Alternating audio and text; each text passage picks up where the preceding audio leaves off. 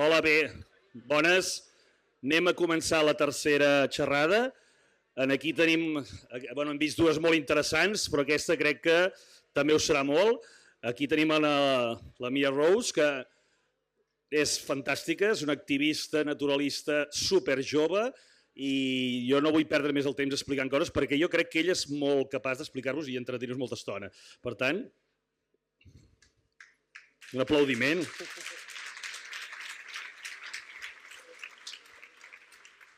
Hello, hi. Oh, yeah, that works. Hi, thank you all for coming. I know that there's lots of cool things on. I know there's lots of birds to see outside. But my name's Mya-Rose and I am an environmental campaigner, an activist. I'm an author. My books are in the bookshop if anyone's interested. And I'm also a very passionate, some might say obsessive birdwatcher. And so I wanted to talk today about both my journey as a bird watcher and some of the very cool birds I've seen over the years, as well as my journey as an activist. And it all began when I was 9 days old. It was the first time my parents ever took me bird watching. It was to go see a lesser kestrel, which in the UK is a very big deal. We went to a very distant island. And as you can see, I saw it, obviously. No, it's not on the list. But if my mum was actually very upset with my dad because she had wanted to go and see a lesser sandplover when I was 6 days old. She had come out of hospital the day before. It was a 3-mile walk over mudflats, and she was very upset that he didn't let her go. And so since then, I have spent my whole life bird watching. And we spent a lot of my childhood going all over the UK, seeing as many things as possible. And I spent also a lot of my childhood reading just bird books for entertainment, both in the UK and abroad. And so I'd always kind of dreamed about both seeing as many as possible, but kind of also slowly realizing that I just totally loved birds. And I think people often ask me the moment that I did fall in love with birds. And I can't really answer that because I didn't realize for a long time that not everyone loves birds.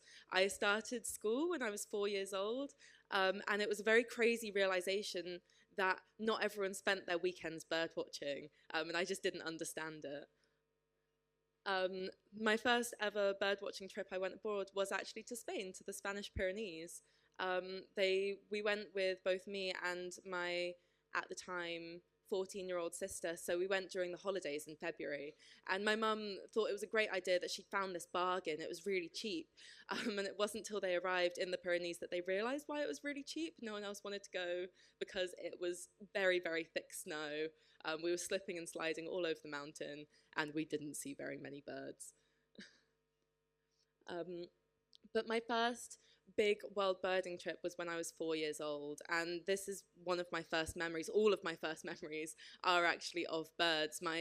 One of my first ever words was birdie, and this was an incredibly special trip. We saw hundreds of fantastic birds. Some of my favourites, are the African penguins and the ostriches, and as a kid I'd never seen anything like the ostriches. They were incredibly exciting, and we saw them everywhere. There were fields and fields of them, and my parents never had the courage to tell me it was because they were farming them to eat them, and when I realized, I was very upset. But this was another one of my favorite birds. It was, again, this trip was the first time I'd seen birds like this, and it once again made me fall in love with them because I realized what diversity there are out there, and I just still think this is incredibly beautiful.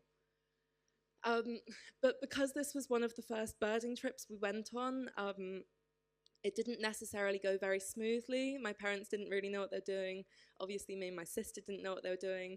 And so we weren't as strict about various rules as we probably should have been. And one of them is that in African national parks, you absolutely do not get out of your car because there are so many big animals. And I feel like most people would say that's basic common sense, but we had birds to see, and there was a bird hide to go to. So we did get out our car, and on the way back, my parents were feeling very casual. They were taking their time, putting stuff into the trunk, having a scan around, seeing if there were any birds they could see. And I'd kind of gone off into the grass a little bit, and this car suddenly drove past really aggressively, kind of flashing its lights and honking its horn. And they didn't think about it. They made just some comment about rude drivers, but eventually they decided we should all get in the car. And with that extra height, we realized that there was a female lion and her cubs in the grass, and they had been stalking me and they were about to eat me. There were various other near-death experiences as well. All of them always is related to birds, and so we always say it's worth it. But we were looking for a bird called a Pell's fishing owl, which is very rare, and you see it by walking down the sides of rivers. They enjoy living by water. And while we were looking for this bird, and not failing to see it at the time, our guide suddenly turned around and went, "Shh." And I was a bit behind, and my mum was with me because my legs were very little, and my mum, being my mum, immediately assumed that they'd seen the bird without us. And so she grabbed my hand and we raced along the path. And that's when we spotted a hippo charging towards us through the forest. And hippos are the most dangerous animals in Africa. They kill more than, lions and cheetahs combined. And the one place you should never be is between a hippo and water. And that's exactly where we were. And we kind of tried to race away, and our legs got all tangled together, and she fell on top of 4-year-old me, and so I was getting squashed. And then my dad decided that he would do the heroic thing to save us, and so threw himself on top of both of us, and so I was then being squished by both of my parents. And meanwhile, I could see this hippo charging towards us, and my sister was the only sensible one. She left us to die and ran away down the path. In the end, our guide kind of raced towards it very bravely, kind of waving his arms and shouting and yelling. And I think the hippo was so startled that anything would dare approach it that it swerved slightly and missed us by about a meter. But the third one was also after some birds on this same holiday. There were lots of things going on, and we were going up to Lesotho, which is it's a country on the top of a mountain in the middle of South Africa, and of course, it has some great endemics. And we were going up in the middle of winter, which is not when people go there. And the person who was driving us up had also never been there that time of year. And we came across a frozen waterfall, and he didn't really know what to do, so he decided he would just drive head on, which didn't work. We slid on the ice, and we went about 180 degrees, and we started sliding towards this 500-meter drop. And he didn't really know what to do, so he just very slowly reversed off. And then with no warning, he immediately drove forward again, and it didn't again, and this time we literally had a tyre hanging over the edge. And so he very slowly reversed off, and we could see that he was readying himself to drive forward for a third time. We thought, this is how we're going to die. But in the end, some very concerned goat herders ran up to him. They went, "Please don't do that." And they taught him how to get round the side. And at the time, I was very scared, but it actually all felt worth it in the end, because we saw the endemic Drakensberg rock jumper. And so once again, we were willing to risk our lives for the birds. And this is kind of a pattern maybe throughout my life. But the first big world birding trip I went on was when I was 8 years old, to Ecuador, and it was incredible. And I think this, more than anything, was the trip that taught me what an incredible diversity of birds we have around the world. And something I talk about a lot in my book, which is also called Birdgirl actually, is the reason, looking back, that birds were so important to me. And I realized kind of retrospectively that it was a way that me and my family used to deal with various things going on in our lives. And at the time, my mum struggles a lot with mental illness, and she had been struggling with very bad depression at the time, to the point that they'd already booked the Ecuador holiday, and they were kind of talking to each other going, is this sensible? And I think if they'd talked to any doctor, they would have gone no. But they decided that they'd paid for it, so we were going to go on this holiday to Ecuador. And it was just this incredible transformation where I saw someone who had been very distant for several months, who'd been really struggling, just come alive. When we first arrived on this trip, she could barely spot the birds, she could barely talk, and within 3 weeks it felt like I had my mum back. But also I was getting very smug about my own world birding. I felt like I was kind of carving out my own space. And on the plane to Ecuador, I went through the massive bird guide, and I decided the birds that I really wanted to see, and they're basically all the very cool, often very beautiful ones, but one of them was the Andean condor. And when we arrived, our guide went, "These are very difficult to see, I'm not sure." But on the very first day, I spotted it in the distance, and I was like, I'm the best bird watcher here. This trip is also what started my love of hummingbirds, which I'll talk about in a minute. And there's probably a disproportionate amount of hummingbird pictures in this PowerPoint because I just love them. I think they're fantastic. So another one of the birds that I picked out in the bird guide is the sword-billed hummingbird, because I thought that they just looked so cool. And the very first lodge we stayed at had loads of hummingbird feeders, and the idea that hummingbirds could just be a garden bird, when in the UK we have sparrows and wrens and blue tits, was incredible to me. And so I just sat there for hours and hours with my little hot chocolate watching them, and eventually this bird flew in, and it was better than any picture could show, and it was so beautiful and iridescent. And that was the moment I looked at them and I went, I love hummingbirds. And so 8-year-old me stood up and I went to my parents and I went, I want to see every single hummingbird in the world, which was a very bold statement to make, but I've been working on it for quite a long time now, and I'm over halfway there, but there are so many incredible ones left to see. And this was another bird, just the Andean cock of the rock. There's quite a few birds in here that I just think are very, very cool. But this was almost a weird alien-looking thing to me at the time, and I thought it was brilliant. This trip was also my first experience with ecotourism and the way that bird watching can help in terms of endangered species, endangered habitats. And this was, sorry, it's quite a blurry picture. If anyone doesn't know, ant pitters are very difficult to see. They're very shy and they live in the very dark bits of the forest. So we're very pleased that we got this picture. But we went to but at the time, giant ant pitters were almost these mythical birds. If a bird watcher said that they'd seen one, you'd maybe be a little bit suspicious. No, but we turned up at this reserve and the local farmer went, yes, I can promise you'll see a giant ant pitter. And we were a little bit dubious. But we went out into the forest with some worms and he just started going, Maria, binga, binga, binga. And this giant ant pitter just popped up out of the forest. And it was incredible. And it was in an area of forest that otherwise he would have had to sell to logging contractors. And so it had been preserved because he had various other species as well of wonderful ant pitters. And this is another lodge that was run by indigenous people in the Amazon that also otherwise would have had to be sold off to logging contractors or miners, that because of ecotourism they're able to save. And again, I think that that's a pattern I've seen over and over again over the years. So many incredible species that bird watchers have helped keep alive. So after that Ecuador trip, it was a massive success. It was kind of, I'd maybe proven to my parents that I could handle very intense world birding holidays, and because of that and the fact that my mum had been struggling even more with her mental health, they decided that the sensible thing to do was to take me out of school for 6 months and to go travelling. And when they told me that, I got very excited and I decided I was going to make my own itinerary. And so I got out all the bird guides we had, all the massive encyclopedias, and I sat down and I made this. It was more than a year. It was a whole round-the-world experience. You can see I don't know if the pointer will work. No, you can see I even planned out very kindly when my family could fly out to visit us on this very long adventure.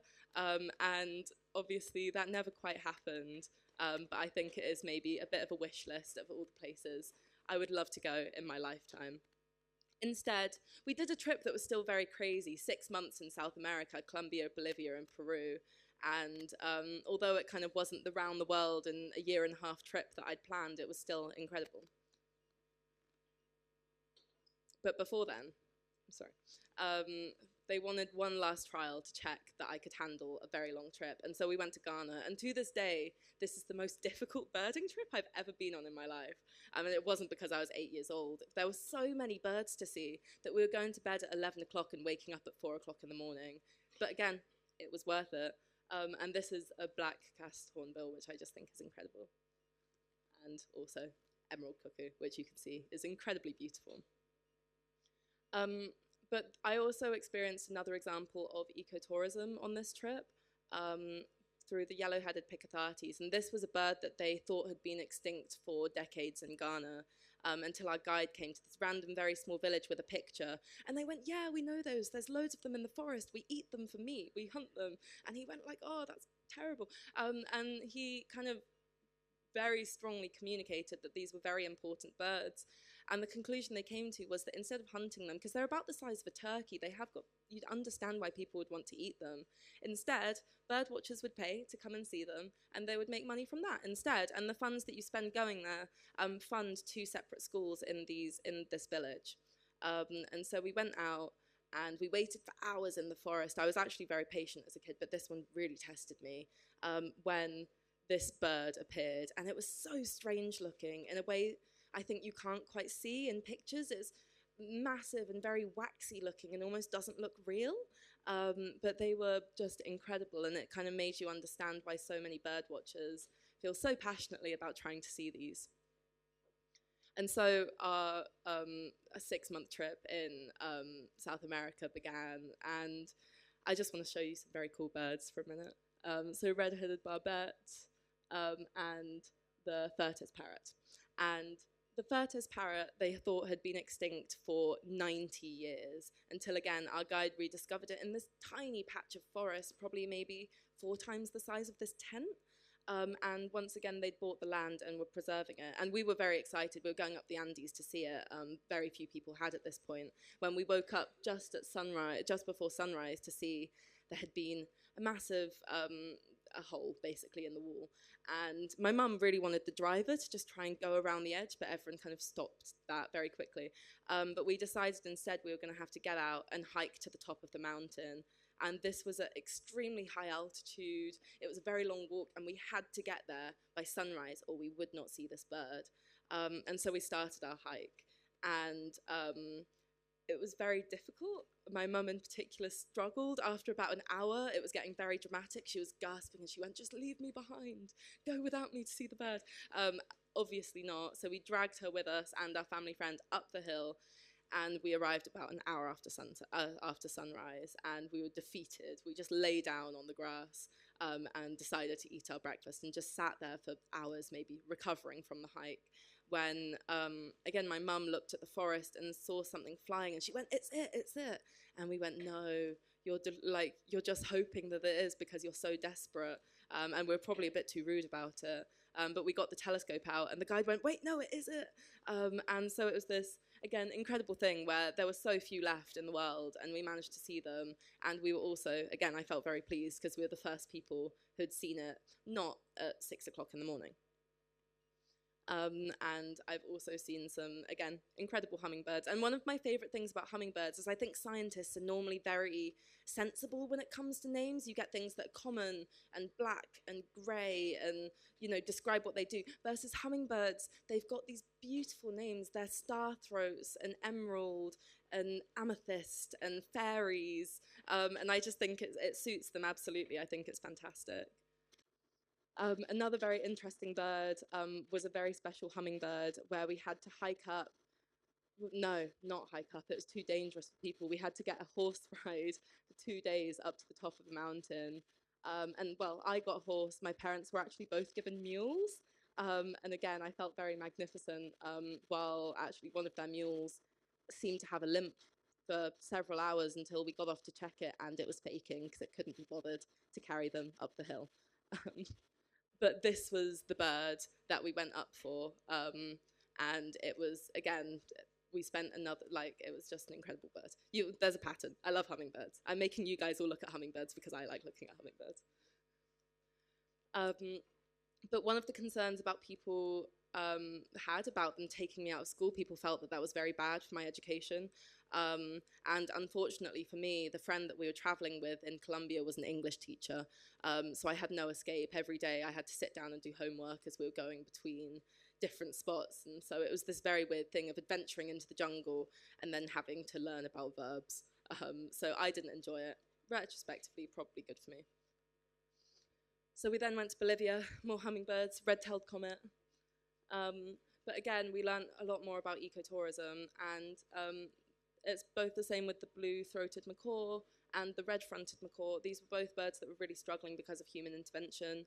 And the red-fronted macaw breed at the top of these cliffs, and they'd become extremely endangered because people from the pet trade were literally going along with long nets and scooping them out of the nest to sell on for massive amounts of money. And I think over and over again, these examples I've seen of birds struggling because of humans or slash almost losing their populations is what eventually led me to environmental campaigning, because I strongly believe that if you love something, you have to try your best to help it and to save it.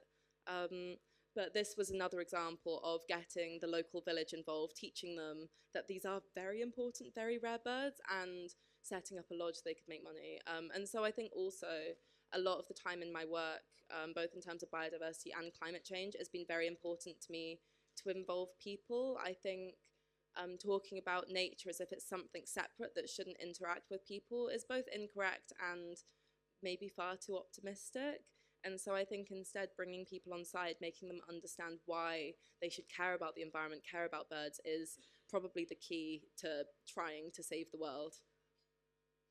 And yeah, white-bellied woodstar, this one's about that big, and I think is just adorable. Another very cool place we went to was 4,000 meters to the highlands of Bolivia, where it felt like nothing lived there apart from llamas that were being farmed. And it's the most I'd ever felt altitude in my life. We all felt like taking a step or two was brutal. We're moving slowly. And then we saw this farmer just strolling past, kind of absolutely fine. And we went, has he like physically adapted to live here? And he revealed he revealed the secret was actually coca leaves. He'd been chewing coca leaves, and we were very desperate, so we went, please give us some. And it woke us up. It kind of helped us with the altitude, but we also saw incredible birds here. And then we ended up in Peru, and again, we're seeing lots of very cool birds. And on my birthday, my 10th birthday was actually on the plane flight there for about 18 hours of traveling, which I think was very brutal, but very much worth it. And grey-breasted mountain toucan. And we were also looking for rufous antpitter, which these are birds that live all around the Andes, in basically every valley. And these were all subspecies, and we were very worried they were going to be split. And something we always try to do while bird watching, so we don't have to go back to places, is try and see as many subspecies as possible. But there were so many that it felt like we spent half of this 9-week trip just looking for rufous antpitter, and by the end, I was slightly sick of them. But this is just another example of a bird watching hotspot where we saw some incredible birds, such as masked fruit eater and creamy-bellied ant wren. This is one of... I'm a very big advocate for birds that some people call birding, and I'd hope no one in this tent would call the tinamou birding boring, but a lot of the time it's kind of the smaller brown black birds that people go, what's the point? And we spent hours and hours looking for this bird, and when it finally showed itself, I couldn't help but go, even the brown birds deserve a little bit of love, because I think this is really, really beautiful. And this is a bird called an oil bird. Again, a bad picture because they live very deep in caves. And they are called oil birds because they absolutely stink. And so going in very deep into this cave through a lot of bat poo and bird poo, which already stank, to find these very stinky birds, was an experience that 10-year-old me didn't totally enjoy until, again, we saw the bird. And this was one of my favorite experiences of birds. I think you've seen that I quite like getting a leg up on other people. I quite like being slightly smug about my bird watching, and this is a very well-known site. The guides in Peru always called it Bosque Unchog, but I think that's, in Spanish, it's probably Bosque. And we were camping overnight in this freezing tent, and everyone else we knew had gotten up pre-dawn to hike for 2 hours to see this. But we had a very gentle breakfast, and we kept going to our guide, we need to go, and he went, no, wait. And then at about 8 o'clock in the morning, which you know for bird watchers is crazy late, the flower bush right next to us that was blooming suddenly had this bird sat on it, and it was both incredibly beautiful, and I felt very pleased. And this was another bird we saw right up on the Andes, the Andean avocet. And the youngest pygmy owl, and the booted racketel, one of my favourite hummingbirds.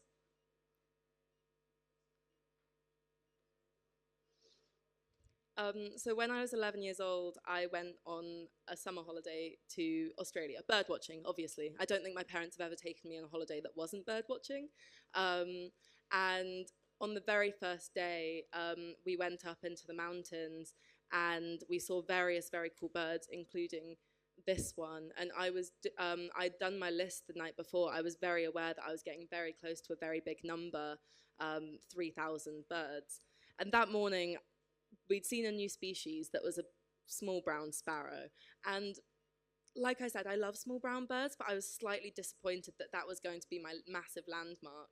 And so I redid my list, and I realized that was my 2,999th bird. And this was actually my 3,000th bird. And I think these are just fantastic, incredibly cool, very beautiful, everything I wanted from my 3,000th bird. And as well as that, I love bowerbirds. I like just the way that they construct their nests. I love that they gather human rubbish because they find it very beautiful. I think there's something very lovely about that. And I was just very pleased with this. I also got to interact with some wild parrots, who, everyone knows parrots are very clever. These parrots knew that people hang out with food. And if you went out with food, this is a very aesthetically pleasing pictures. There are some where I look much more overwhelmed and I have them all up both arms and on my head. And that was also a very, very cool experience. We went to some fantastic hotspots in Australia. And the Daintree River is one of those where you get an incredible amount of species, such as the great-billed heron and the azure kingfisher. But the biggest goal of the trip was to see a southern cassowary.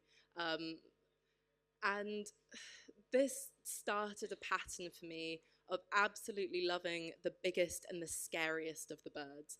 And we were kind of running very late, so we were rushing down the road to see them when we raced past a big blob on the side of the road, and we did a very urgent U-turn and came back.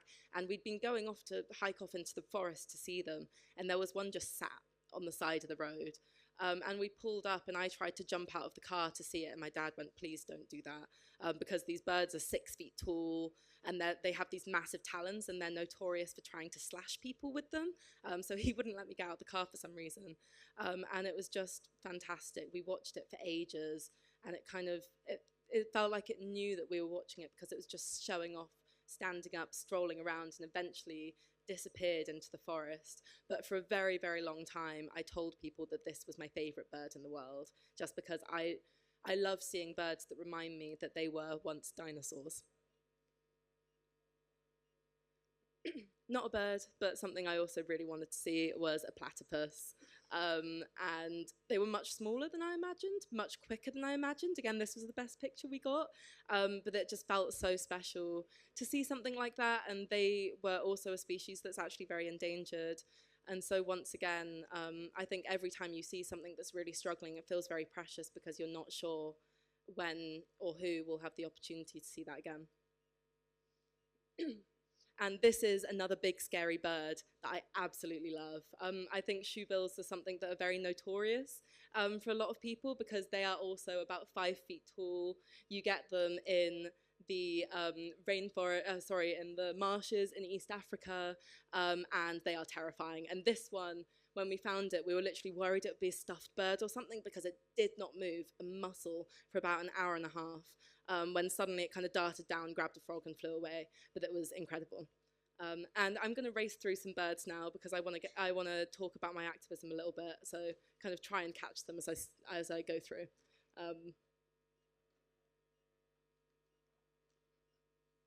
So a trip that more than any has been incredibly influential for me was I was lucky enough to go to Antarctica when I was 13 years old.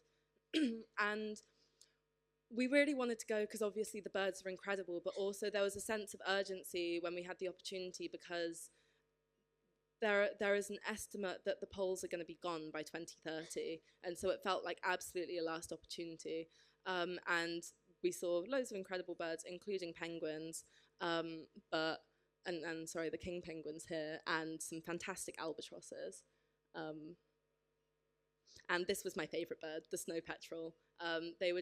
They completely melted into the ice. They were really difficult to see, but I just think they are, again, incredibly beautiful. And on Christmas Eve, because we were there over Christmas, we were also given the opportunity to go camping. And so we're picturing some very plush, fancy tents. And instead we arrived on shore and they gave us a shovel and they went, you need to go dig your hole to sleep in. And so it was very cold. It was very cool, but it was very cold. And this was me when I woke up in the morning at about -10 degrees. But this trip was very influential for me because I'd known about climate change for a very long time. But this was a very material showing of it, more than flooding or species struggling, because you were literally watching the ice melt. And so I think I'd been doing environmental campaigning for a while, for a couple years at this point, but I think this was very much a turning point to me where I realized just how urgent climate change is. It wasn't a distant issue, it's something that I needed to try and, I suppose, help to deal with now.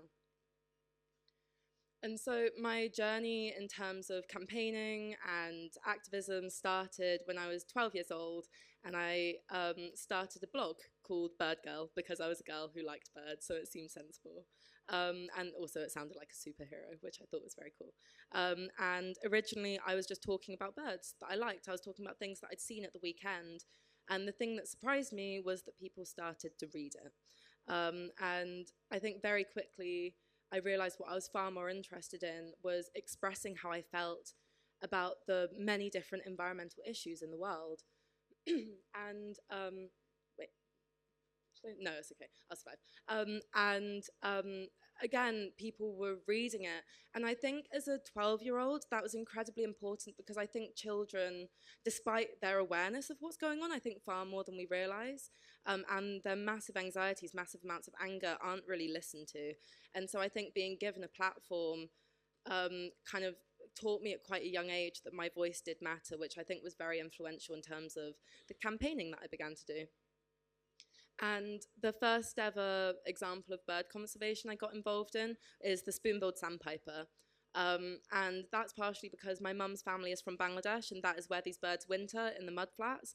But also I live very near a kind of waterbird centre in the UK where they had a captive head starting population of these. There were 20 on the site, and it was terrifying to look into a room of 20 birds and know that was 10% of the entire world's population.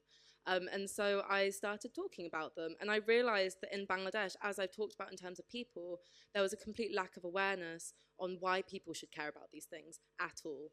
And so I ended up doing lots on TV, just talking about why people should care and why these were important to Bangladesh. I think telling people that Bangladesh was important for their bird survival kind of meant a lot to them and made them care to an extent. And yeah, these were the ones I saw in captivity. Sorry, not captivity, they were going to be released. They were head starting population. And so in 2015, I was lucky enough to actually go to Bangladesh to do the monitoring. You can see the mudflats that they live out on. Probably not a very aesthetically pleasing habitat, which is why not many people cared at the time, but very important nevertheless. And we were lucky enough to see 9 on this trip, which was just incredible at the time.